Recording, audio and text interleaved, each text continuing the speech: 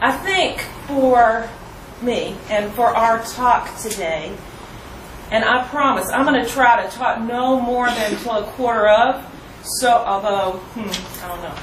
I tend to go on, as you might already see. Only till 1/4 so we can talk together and y'all can ask questions. But,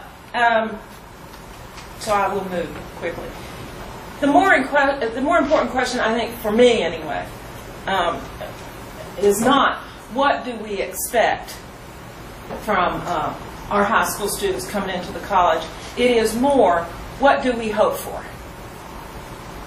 What do we hope for when we've got our students coming in for the first time? Our scared, anxious, variety of experiences, with carrying a bunch of expectation students. What do I want? What do I hope? And I've got 5 attributes that I think I would say are attributes that develop and sustain the kind of literacy that our students are going to be working on. And I think we need to make sure that we realize that literacy is not something you have or you don't have. It's a growing, developing thing. Just like writing gets better, reading gets stronger. It's developing. You're not just literate or not literate. Even if we have a lot of people in our community in Greensboro, North Carolina, we have I've forgotten the percentage, but it's fairly big for people who are illiterate. But even those people, as you know, are not illiterate in millions of ways. They're illiterate in narrow ways. So it's not one or the other. It's a developmental thing. So I want to see, I hope for, 5 attributes that I think will help them develop their literacy in college. 1, curiosity. Every little kid. Some of you know little kids quite well. Linda and Ray just had a tiny new little baby. A grandbaby.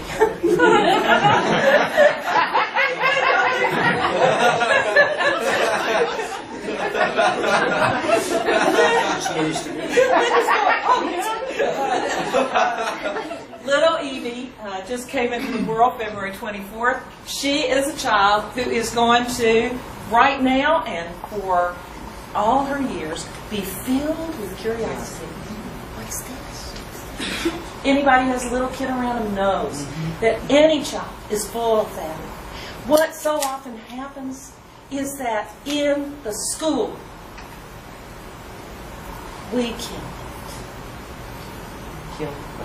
we don't let them develop and sustain curiosity. If we don't let them develop curiosity, develop it, we stymie part of their literacy. Because to be literate, you got to have a question.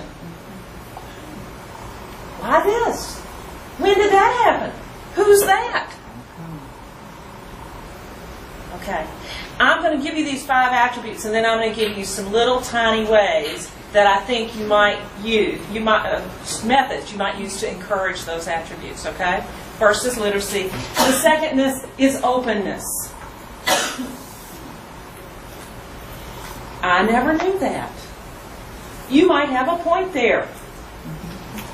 Well, my mama always said, but you don't look like me, but I like you. Openness. Too many people shut down way too early. And what I want, what I hope for, is that spirit of openness. Again, think about how that relates to literacy. How can you develop literacy if you think you've got enough already? You can't. So we need to nurture that. The third one kind of goes along with it, but I just wanted to throw it in there because I like it, and that is flexibility. We're going to write this way, and then we're going to write this way. I'm not going to give you any grades on your papers because I don't want to. Oh no! I want my students to be flexible enough to trust me. It's hard. Flexibility sometimes comes easier for young people than for old people, but not always. And I want to see that spirit in my classes. Fourth, if you are flexible and open and curious, that means you change. I want to see my students ready to change.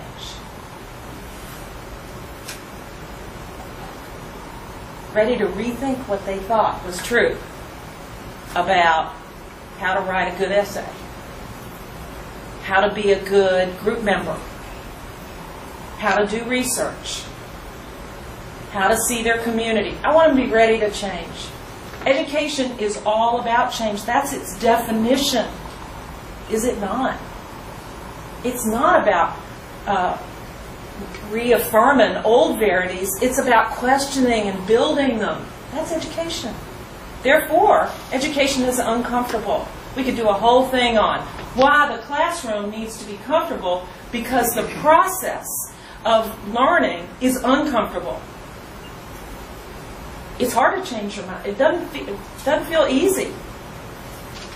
So we go on with that. But I want to give you the fifth attribute, and that is, related to all the others, a collaborative spirit. I might not know this by myself, but I can know it with others. Let me help you. Have you found that out yet? A collaborative spirit is one that fosters the kind of developing literacy that I want to see in my class. Now, these are all well and good, aren't they? Nice little pieties. How do we do them? I know where we are. I know.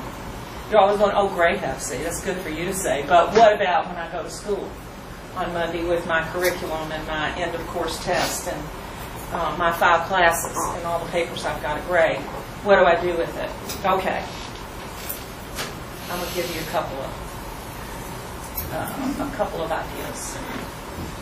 I do believe that if those things are present in my students,